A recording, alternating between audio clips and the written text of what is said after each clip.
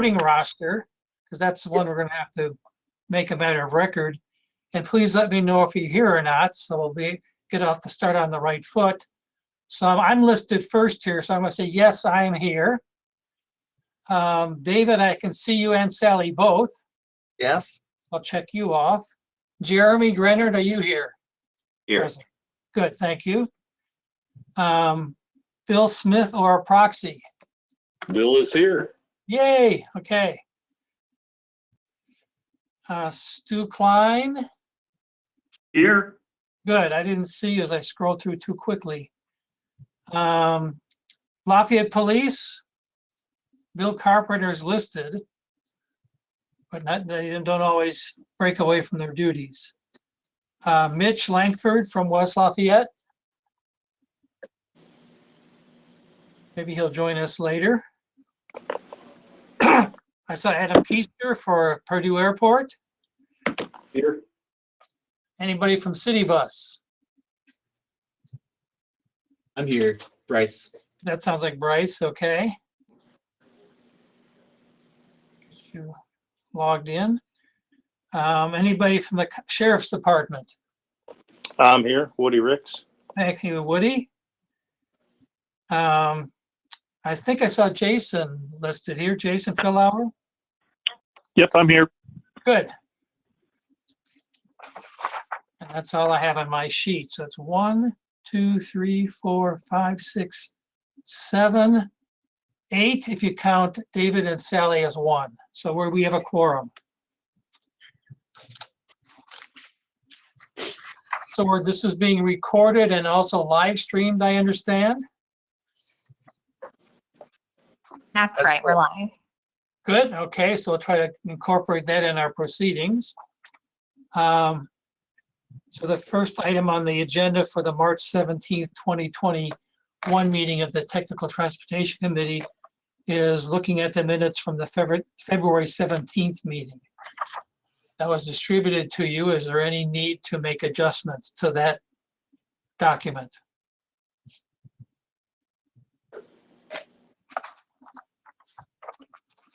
Move approval. Thank you. Was that Jeremy? Two. Okay, and the second comes from? This is Jeremy. I'll second. Okay, so who is the person I missed that made the motion? Stu Klein. Okay, Stu, thank you. So if there any need to change anything, let me know now. All right, we have a motion and a second. All those in favor of approving the minutes as distributed, please say, whoops, I have to do it by roll call. Doesn't take that long. John, Yes, Mitch Langford just arrived. good, okay.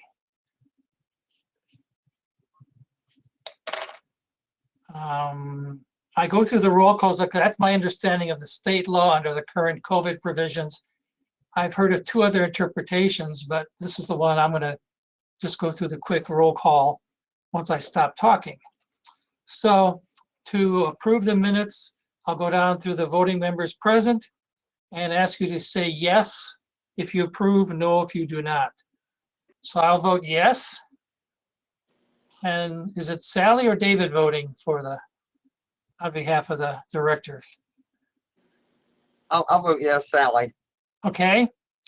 And then Jeremy voting Yes. yes. Okay. Bill Smith, Yes. Stu Klein, Yes. Mitch Langford, Yes. Adam Keister, Yes. Bryce Gibson, Yes. Woody Ricks, Yes. and Jason Philauer. So I think Yes. that 1, 2, 3, 4, 5, 6, 7, 8, 9. I think that's 10 yeses and no nos. Thank you. So we'll get into the agenda then. And the first item would be access permits, and the speedway is listed. So is this something NDOT's representative can talk to us about? That is correct. Thank you, Bill. As far as first, any new commercial drive permits in the last month, we still have not received anything new again. With regards to the two active ones, the Speedway location, it took a while, but we finally received updated plans, which we are actually reviewing today. So we'll see what comes out of that plan review. Hopefully we're getting past the point of not knowing how they're going to proceed. So we, Jeremy, would you like looped in and as to how that's going regarding the Speedway station? You're asking if I would like an update from Yes, sir. NDOT's side? Yeah, Yes, sir. sure. So we can do that offline to get into more detail. Okay. And the other active permit was the Love's travel stop on 6525 in that general area that we were involved with. And that permit application has been canceled, and Love's was aware and okay with that because of some delay in them moving forward. So they will have to approach us again when they're ready to talk again about the work that they want or need to do within our right of way in that general area. So those are the two active permits or applications, sorry. So we may hear something about Speedway next month.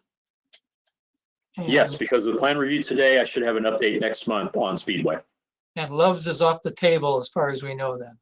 For now, it is off the table until they reapply. And is this where we also talk about the limited access right-of-way document? Yes, I think it would be good maybe for all of us to make sure we know what needs to be done when there's been limited access purchased.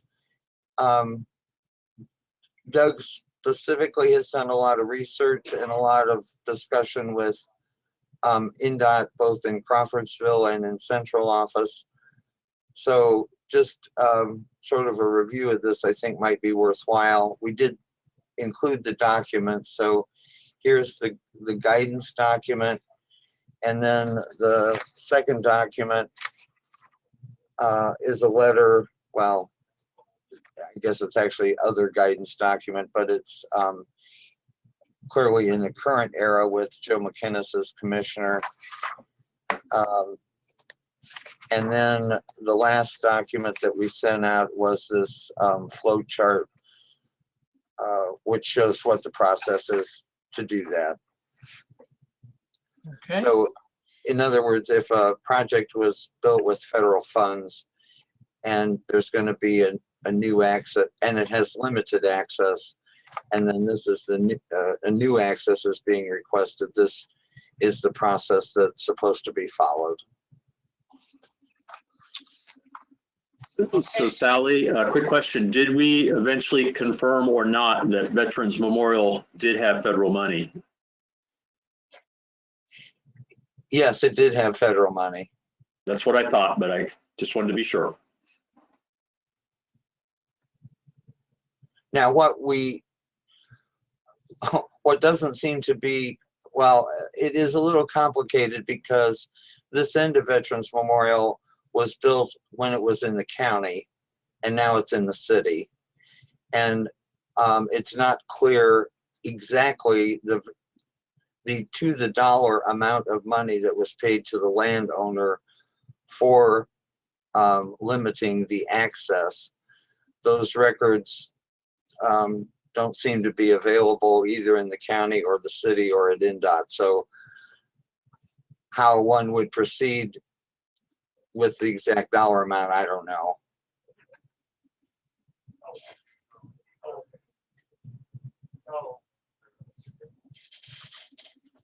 I don't think I know either. So this continues to be an item that Jeremy and I need to continue to stay in touch with what's happening and try to work together. Make sure we follow the right process. Yeah, that would be helpful. Yep, agreed. all right, so this is newly adopted by NDOT or? No, I don't think so. It was just not obvious to, I think, to any of us exactly what the process was. So Doug did this research, and these are the documents he was able to come up with. Wow, okay, it was quite an undertaking. It was an undertaking.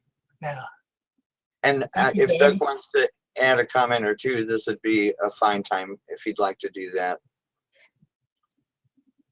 Yeah, the first page again, as Sally mentioned, is just a one-page summary of it, and then the full document follows that. And it was adopted in this November of 2019. And then again, we did have confirmation from the Federal Highway Administration, the Indianapolis Division Office, that if there is movement in terms of breaking the limited access, it must follow this process. So just some information that I was able to come across. So hopefully it's helpful. All right, any other questions or comments about this?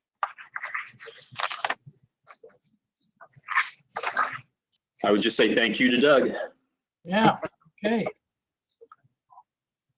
Item 3 on the agenda, administrative modifications. This is something Sally has been doing over the years. I guess David will take this over.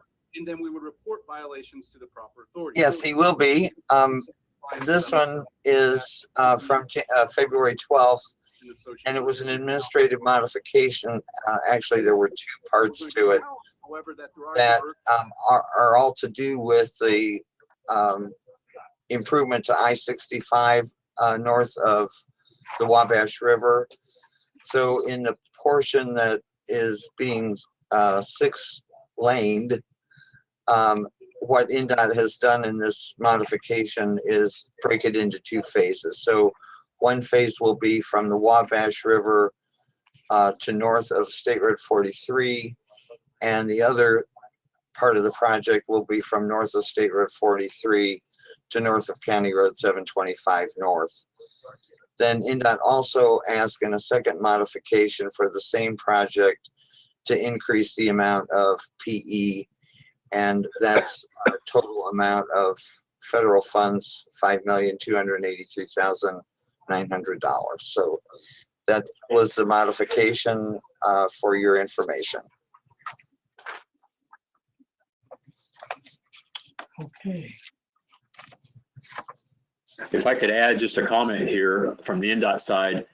I don't know if everybody knows, some people probably do. We accelerated this project forward 3 years, which is why there's been a little bit of scrambling in how to manage the project, because our schedules and activities got compressed significantly, but we are on track to deliver early, so that's a good thing. Yeah, it's huge, and we are extremely grateful.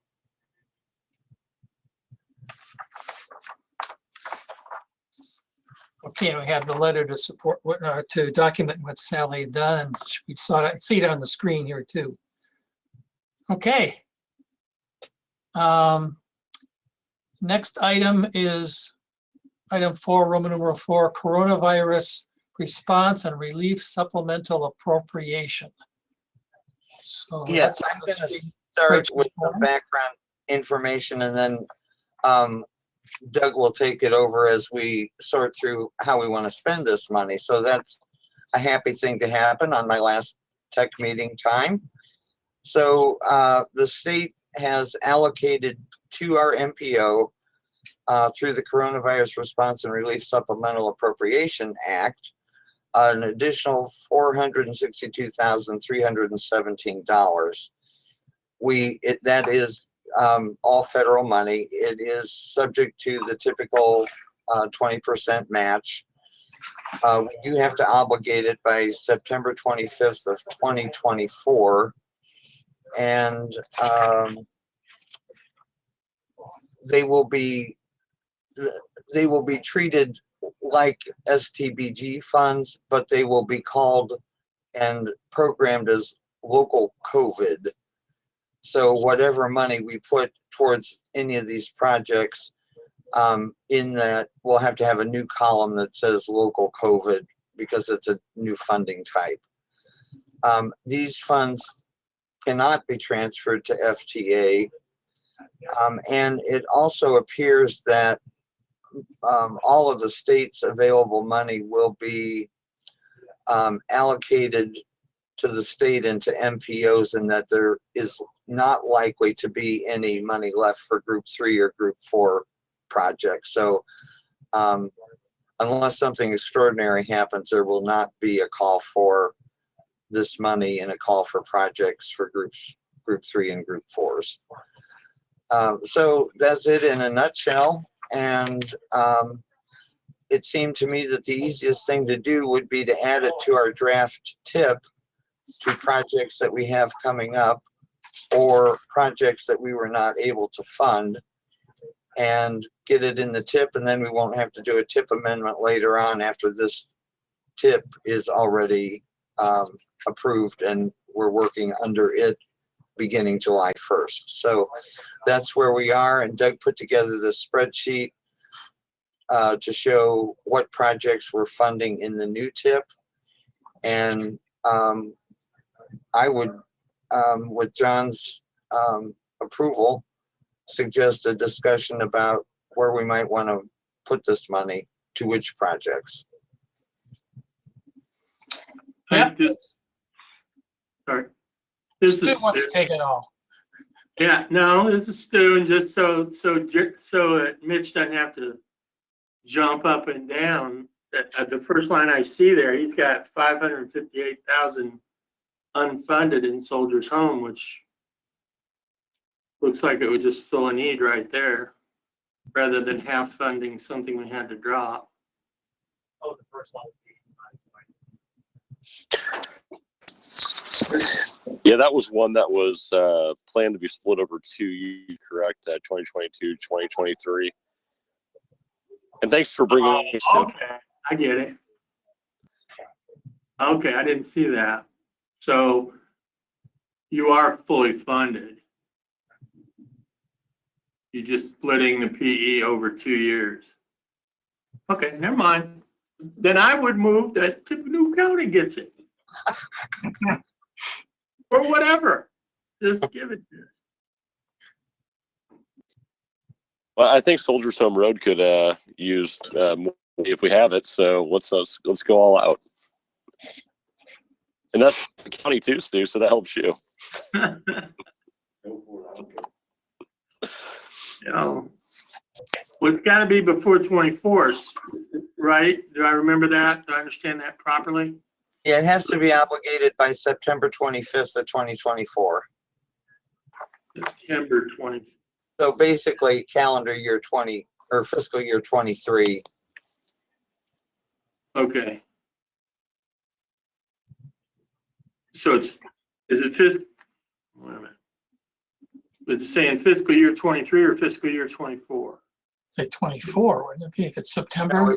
the date is September 25th of 2024. Well, that would actually be fiscal year 25, wouldn't it? Well, it would be, you're right. So we'd have to have it obligated before the end of fiscal year 2024. Okay. So 2025.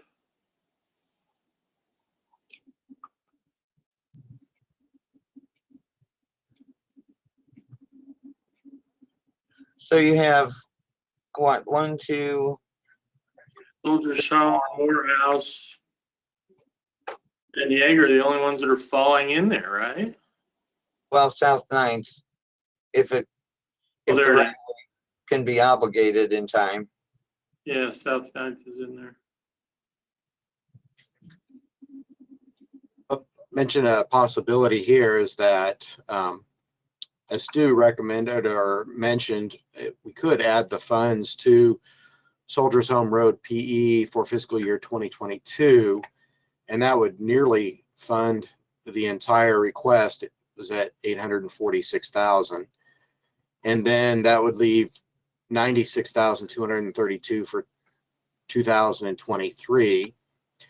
What we could do is that would then free up some additional funds for 2023.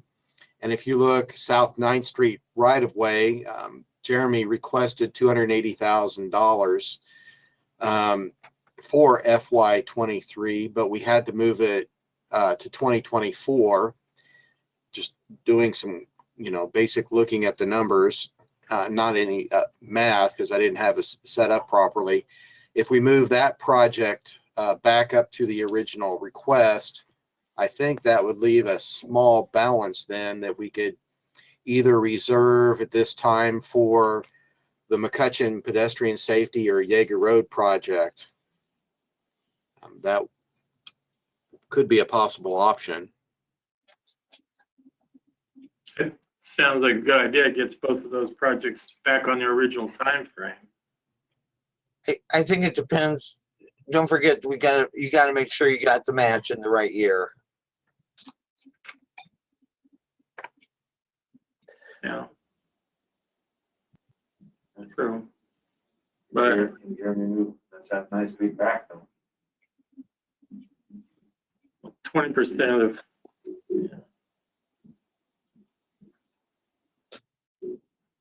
$80,000 is what you have to come up with to hit that in any given year. Yeah, I'm sure we'd be okay with that if it was. Yeah, I don't think we'd have a trouble hitting that.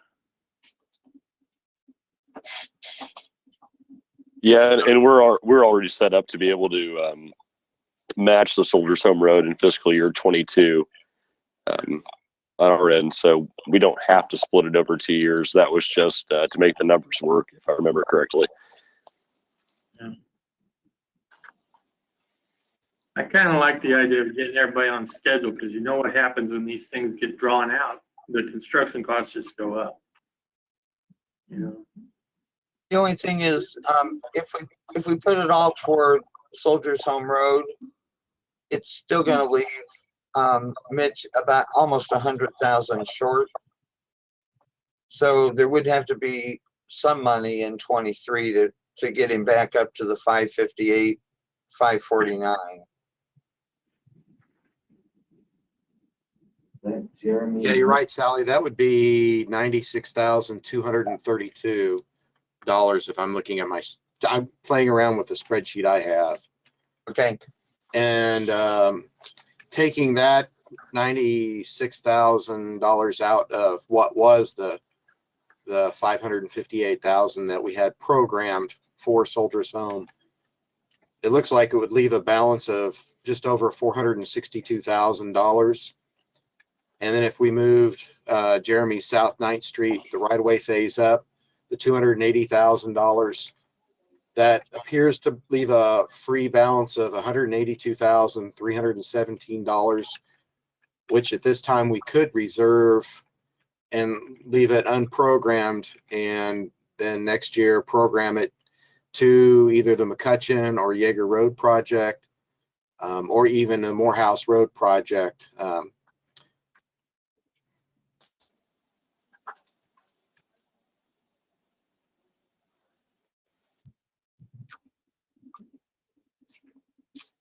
I guess my preference would be let's get it settled now, but rather than have to deal with it again. But that's all of you.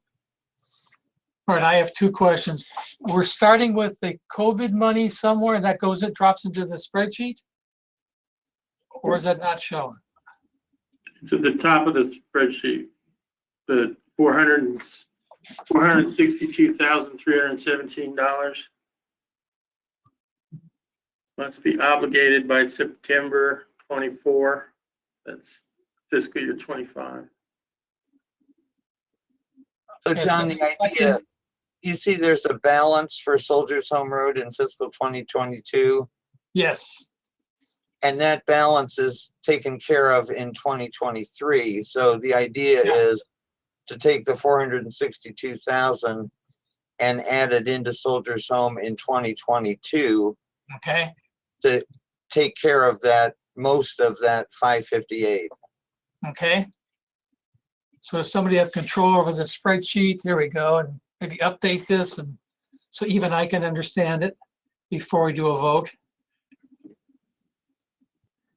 And Mitch, correct me if I'm wrong, you don't have a Soldiers Home Road PE yet. This is just an assumed, you haven't negotiated a contract yet, right?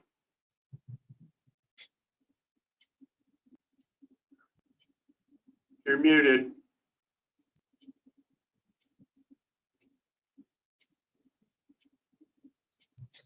Still muted, Mitch. We received the LOIs today.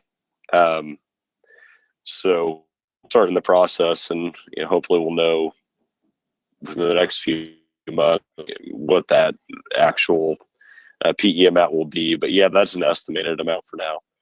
Right, so you may not even need, if you get, you may not even need that extra 100,000. If Yeah, that's very possible. if we move that 460, it may very well be boom and you're done.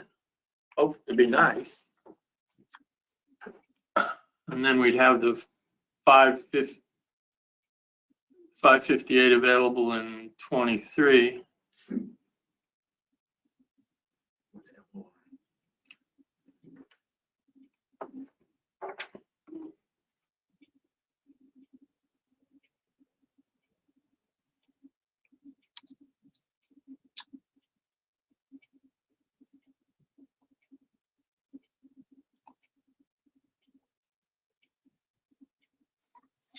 So how does that look at the present time? Any other adjustments want to be suggested? We could try some things.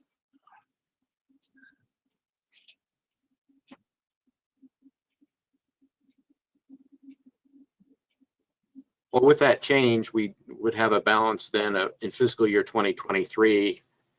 And a suggestion would be to move the South 9th Street right-of-way phase, since it was originally requested to be funded in fiscal year 2023. Move it from 2024 to 2023.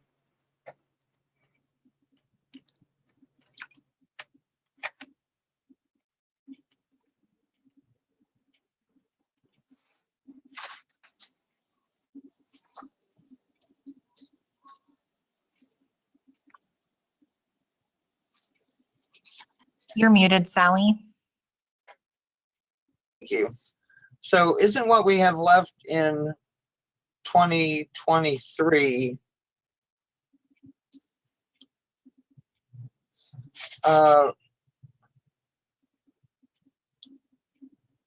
wouldn't that be the 558 and whatever it is minus the 96,000? Isn't that what we have left? Yeah, it would be the $558,549. Right. Minus the $462,317. No, that's extra money. Or I'm sorry, the Minus 96,232, right?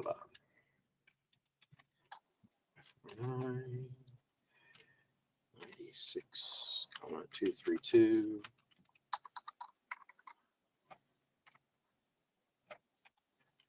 Yes, if you subtracted those two, you would have a balance of $462,317. Right. So that's what we need to put into 2023 and 2024, not 96,000. Yes, and then if we moved the South 9th Street right-of-way phase up from 24 to 23, we would still have a balance in 2023 of $182,317,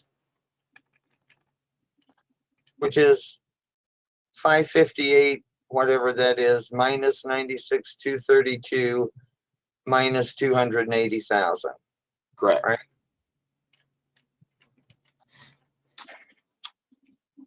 Taking out the 96 in the Slaughter's Home Road column would help me, because that's not a real number.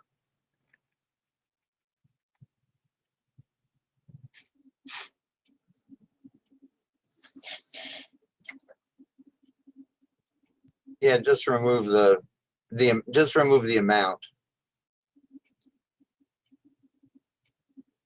And then what we have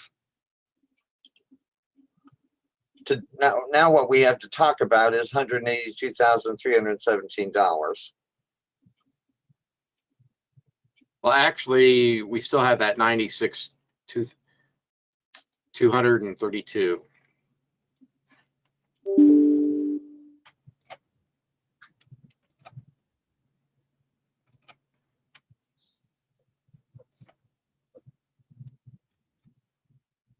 What you're saying is if the PE does come in at $864,200, then you got to put what you just did, another 96,320 or 232 in 23.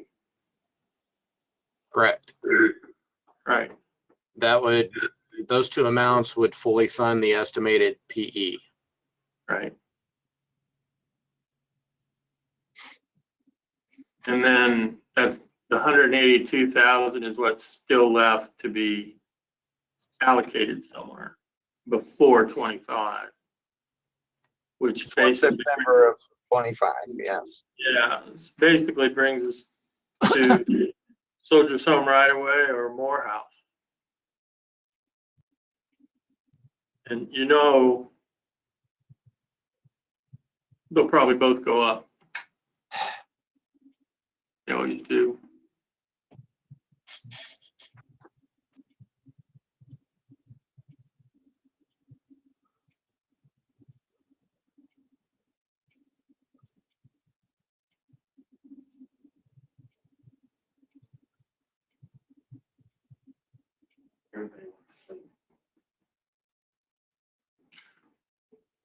Just to resolve the whole thing, I'd throw the 182. What's more likely to grow is Morehouse construction.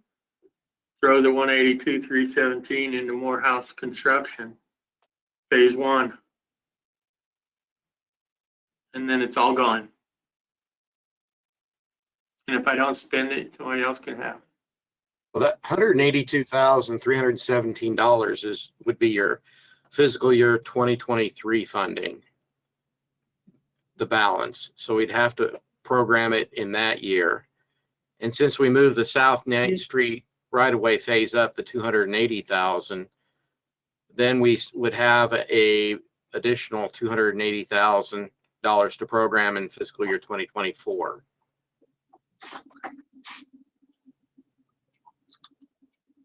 Well, you're actually going to take that COVID money and move it into multiple years, or you can, right? That's what you're going to do. You're going to create another column for COVID money to make this whole thing balance. Yeah, it would be easier to see if we had that column, I agree. Yeah, and then, so I feel like 182, whatever, of the COVID money will be still left over, and you could program it in fiscal 24. Yeah, there you go. Oh, that's right. I get what you're saying. We're putting it all there.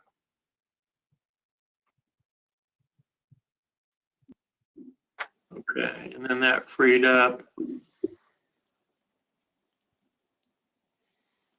There you go.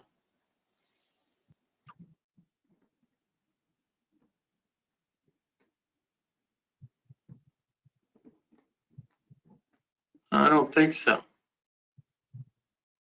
Because if you're putting the whole COVID, you cover phase 1 PE, then yeah, now we're just messing with the fact that we had the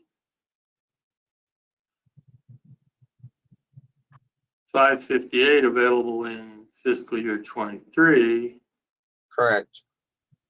And that covered South 9th right away, and you still got what, roughly another 240, or is that what you got? Unless, yeah, unless Mitch needs that additional 96,000. Right. And that's got to go in 23. Right. So you brought South 9th in.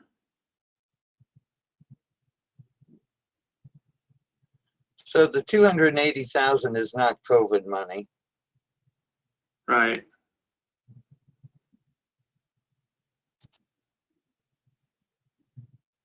But you can mess with how you distribute the COVID money. I mean, all 462, 317 doesn't have to go in fiscal year 22 for Soldiers Home Road. We could still split Soldiers Home Road over 2 years, but maybe make it more even to make the numbers work, kind of like Stu was trying to get to, and fund Morehouse Road with the remainder of the COVID money. That makes sense.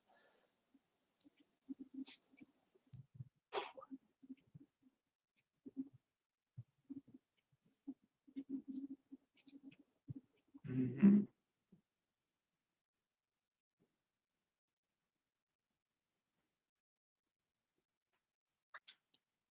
It kind of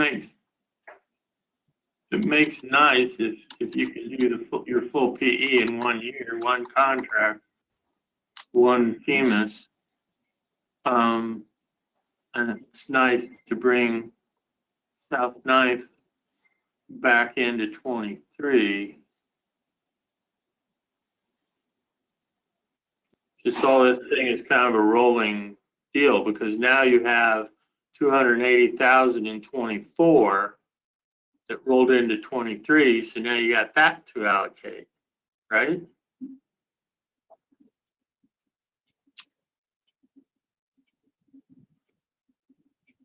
And the only dog in the hunt in 24 is Morehouse. But Morehouse is already split, so you could do the 280 into Morehouse, reduce phase 2 Morehouse. You know, it's just this rolling game. It increased then Soldiers Home right away in the same year.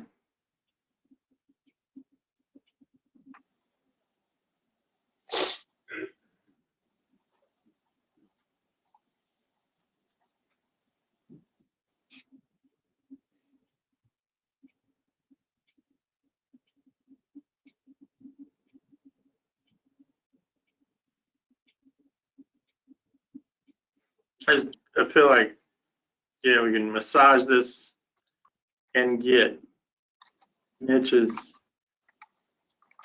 PE possibly into a single year, South Ninth back on track, and then increase phase 1 of Morehouse, decrease phase 2, you can have it available for if Morehouse goes high, have it available for Soldiers Home if the right of way goes high.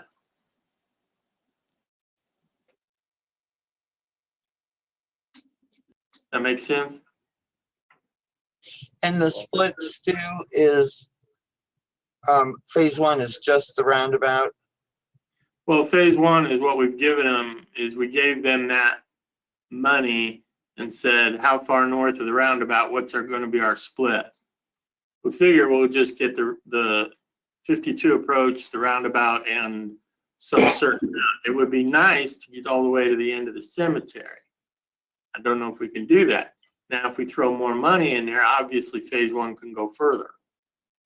And it would be an advantage to have more of a balanced, you know. Yeah. We haven't gotten that back from the consultant yet, where that break point is for the 2 phase.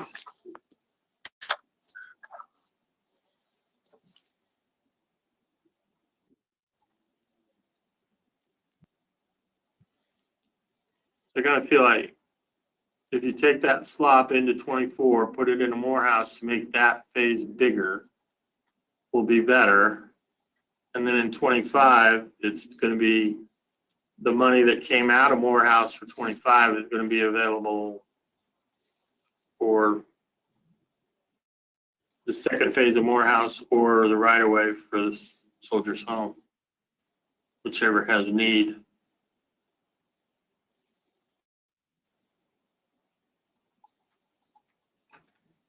Does that make sense? Does to me. If you're really confident with your estimates. Otherwise, you could just add it to one of these larger projects. Yep. Stu, it makes sense to me. The only thing I'm struggling with is I'm not tracking the money yet that's clearly shown to represent what you just said. Yeah, I think we gotta massage the spreadsheet a little bit, but the advantage I feel like we're getting the whole thing if we do it that way is that we, like I said, you get Soldiers Home PE possibly into a single fiscal year, and you bring Soldiers or South Ninth back on track. And the advantage of then increasing Morehouse to get a better phase 1, phase 2 split. So Everybody wins. I'm looking at, trying to figure out the numbers. So if we allocate the funding, the new funding to PE, that would increase the funding for Soldiers Home Road up to $749,968, which is $96,232 shy of the full request.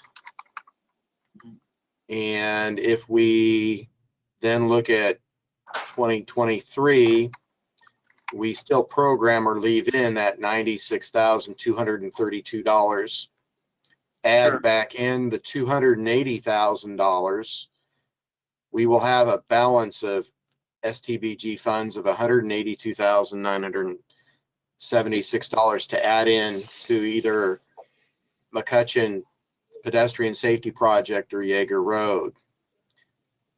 We would also have a balance of $280,000 to address in fiscal year 2024, which we could simply just move into Morehouse. Sure. And then that would reduce, then keeping the estimate the same of the 6.67 million in 2025. Does that summarize it? Yes.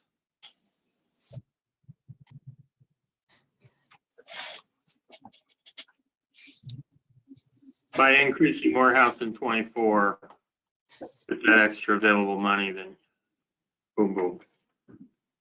By rolling things up, I get it.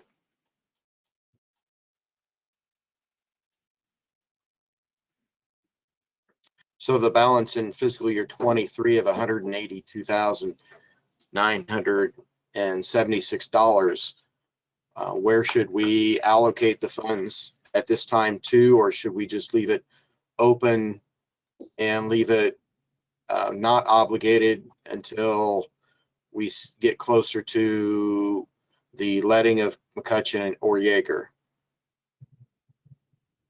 Yeah, that's where it's probably going to end up going, you know,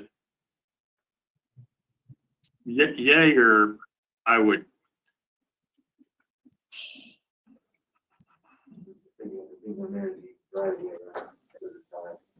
Yeah.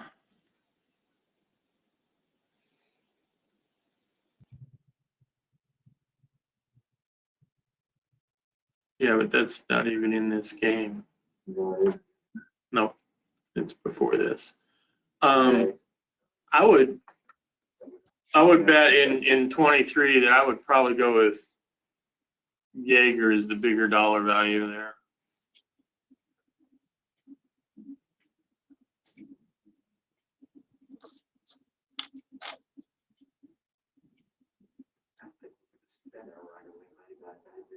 Okay. And then when Mitch knows what his PE contract's going to be, he may or may not need the 96 or part of the 96,000 in 23. Right. But if we keep it there as a placeholder, it would be available to him, although you may know pretty quickly in the next few months, right? Yeah, that's right. You're otherwise, yeah. So would you like to kind of summarize everything? I think I have it all on my spreadsheet. So the suggestion is to program the full amount, $462,317, to the PE phase of Soldiers Home Road in fiscal year 2022. And then the reduction that would occur in 2023, part of that money that would be available would go to South 9th Street right-of-way. And then the remaining balance would be added to Jaeger Road construction. Right. The Before you get 200, I'm Doug, sorry, what? Before you get too far down, your balance in 22, you're still showing 558 balance on Soldiers Home. That would be the 96,232. Yeah, Stu, you're looking at my spreadsheet that I'm just editing for these numbers. I'm not changing all the formulas. So what Doug has is separate from what I'm doing. Oh, okay. Yeah, I'm sorry. I didn't think of this morning that it set it up the spreadsheets to do this. So my apologies. All right, that's fine.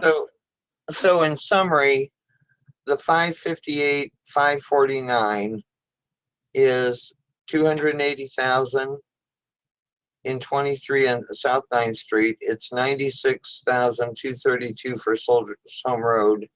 And whatever the difference is, what that number is would go into Jaeger construction. Right?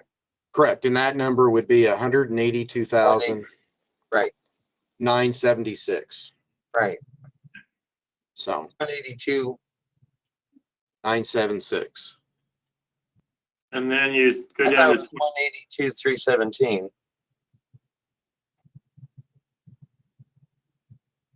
yeah, that's what Tim's spreadsheet's coming up with.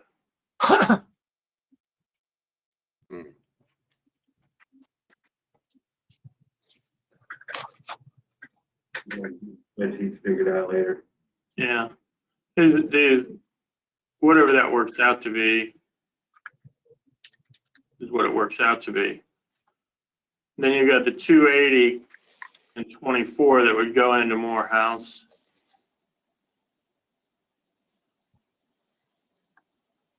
Just to program out 24, right? Correct. And then Morehouse, you could leave Morehouse 25 as it is, because that extra money is either that 280 is either going to go to either or both Soldiers Home and Morehouse, depending on who needs it, right? Correct. And we'll be looking at this again in 2 years. So going out this far, we're just putting placeholders. Right. So you could do, if you want to split it now between the two or leave it. My hardcore number that I'm giving our designer is that his phase one can't be more than the 247,359.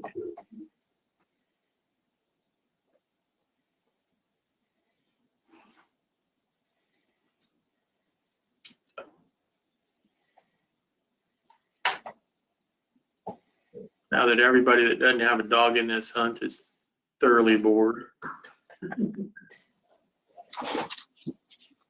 I think we got it. Then I think probably, John, what you want to have the committee do is take a vote to recommend this to the policy board as a change in the draft tip. Draft tip. I was wondering where the tip came in on this. Right. Because it's not the current tip, it's the one that we're going through the approval process for. Okay, so the vote would be to recommend to the policy committee or policy board these numbers for the draft tip. Is that precisely correct? Good enough for me. Okay, just so we know what we're voting on. So give it another look. Any other questions about the numbers, where they came from?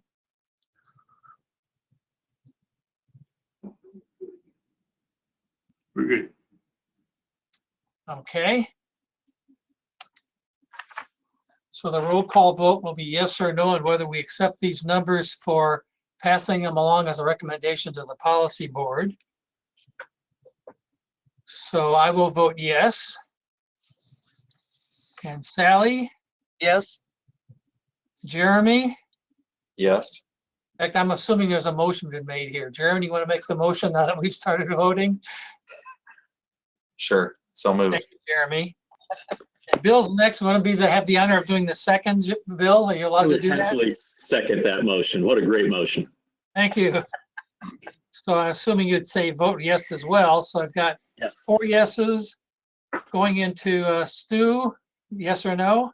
Yes. Adam, Yes. you're still here. Good. Bryce, are you still here? I am. Yes. Okay. Woody, Yes. Jason? Yes. All right. All people present and voting voted yes. Unless I missed somebody. Okay. You, So you that- missed me, John, Mitch. Oh, I'm sorry, Mitch. Okay. Would you like to vote yes? I would like to vote yes. All right. So recorded. Thank you. So That was to item summarize- 4. Anything else about this one? I can put a spreadsheet together that has all the updated information, and we can send it out tomorrow. Would that be, would everybody like that? Would you send that out as a PDF or as a live spreadsheet? I can do either. There are pros and cons to either one. I'd like the live spreadsheet myself, but that can be tampered with.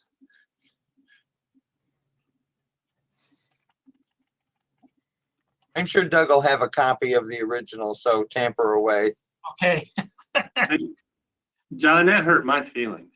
No, it's just, I'd like to No. see how the pluses and minuses work out.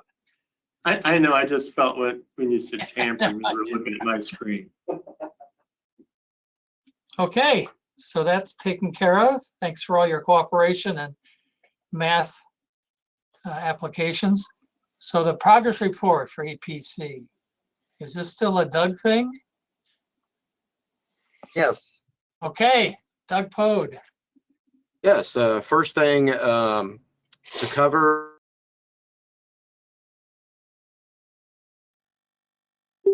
This conference will now be recorded. Well, we are currently in the public comment period.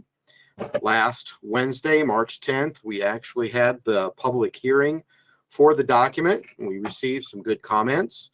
For a first, we also invited NDOT to give a presentation for their draft STIP.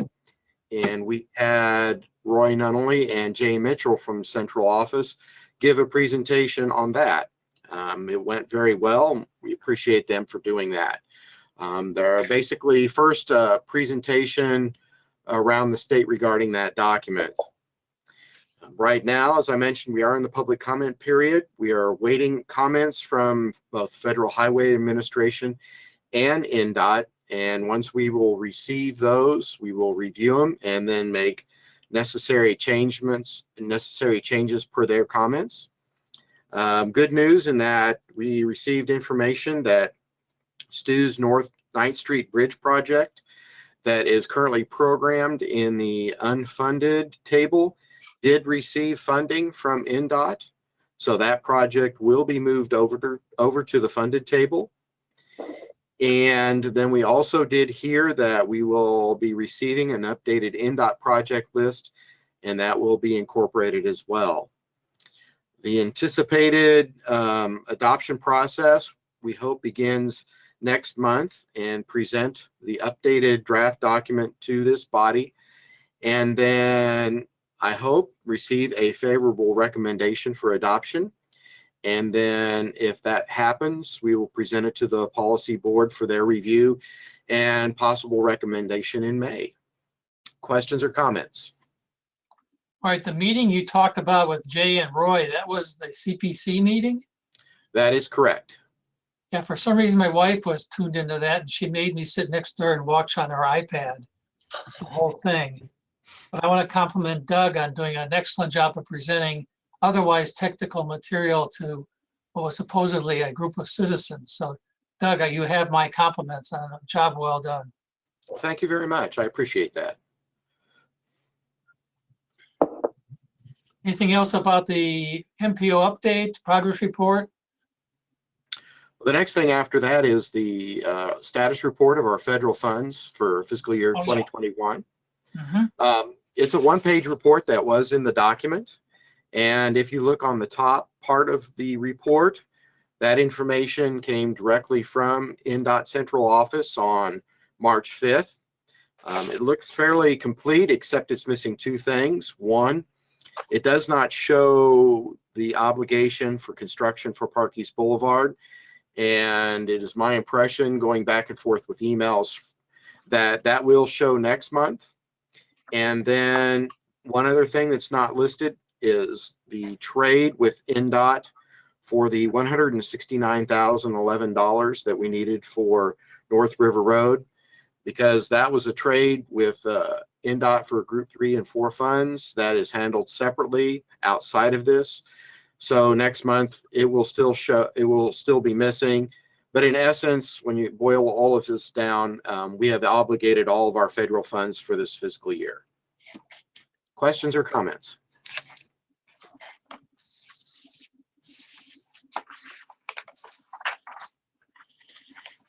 Okay, thank you, Doug.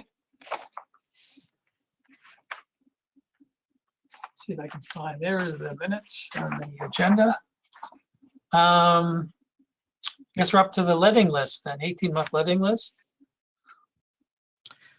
Yes, this is will be me again. If you look, this is a 3-page report, one of the few times that it is 3 pages. The first 7 projects were let this past February. If you notice, they were all on State Road 25, but more specific, the Hoosier Heartland, and they all involve a thin deck overlay. The project was let to Pacific Painting, and the completion date estimate is December 2nd of 2021. We do not have any lettings this month, but we do have some in April. Matter of fact, we have 3 that will be targeting State Road 38, 1 US 231, and 1 on I-65. In May, the last project to be let this state fiscal year, traffic signal modernization at various locations. The project actually slipped from an April letting to a May letting. And of course, no June lettings. So looking forward, these are all in the next fiscal year. We have some that are scheduled July, September. Looking down the list, Project 20, US 52 bridge replacement over Indian Creek. That slipped from a July letting to an October letting. And then right below that, exciting news, we have the Sagamore Parkway Trail is on the November 11th letting. Looking at page 2, we have a lot of changes and information here. Projects 24 through 34 are all related to the next widening of I-65 project. It was originally scheduled on the 18-month letting list last month on a February 9th letting, but it has moved up to actually a November 17th, 2021 letting. So good news. Projects 36 and 37, one on 38 and one on 25, slipped 2 months each, and we have 2 new projects. Both are on US 52 South, adding or auxiliary lanes, both acceleration and deceleration lanes at various intersections. So in summary, that is the 18-month letting list. Any questions or comments?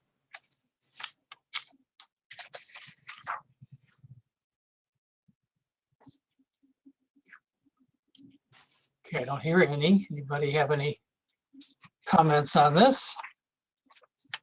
I'll make one quick comment. That last project, those 2 on US 52, just for information, primarily that is the construction of slotted left turn lanes. So you're going to start seeing more slotted left turn lanes coming in the future. In some of these locations, maybe there aren't any, and in others, we are changing the alignment to help with sight distance issues. So slotted left turn lanes. What does that mean? Slotted? That means that instead of coming in parallel to the road, they're angled slightly. So when you get up to the stop bar, the opposing left turn traffic isn't in your line of sight as much, if at all. All right, thank you.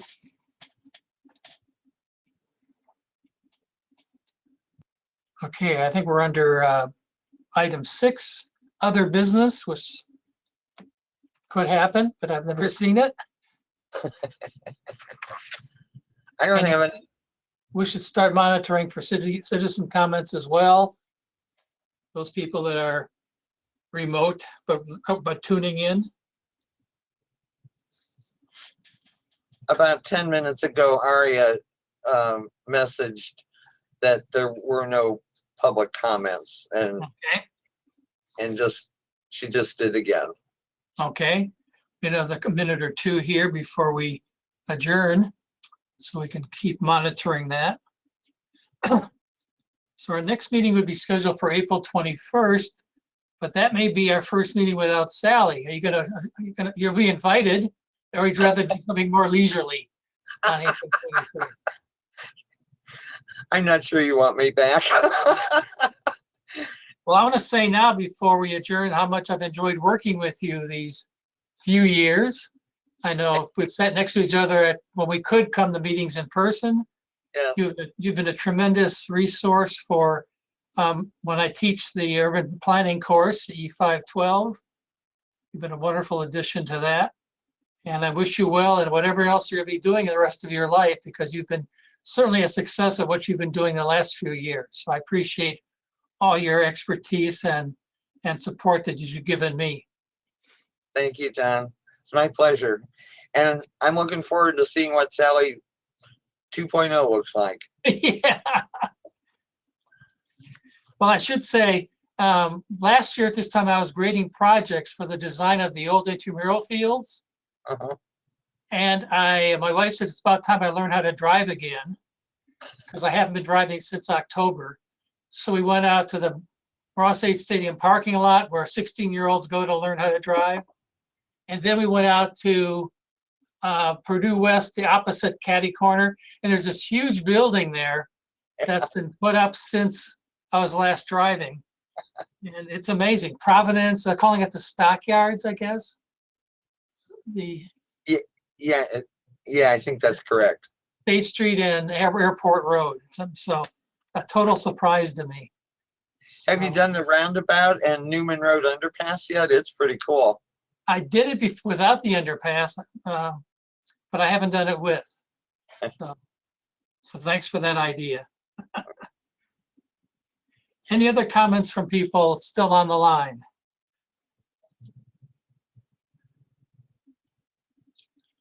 Okay, if there's no objection, we will meet next on April 21st.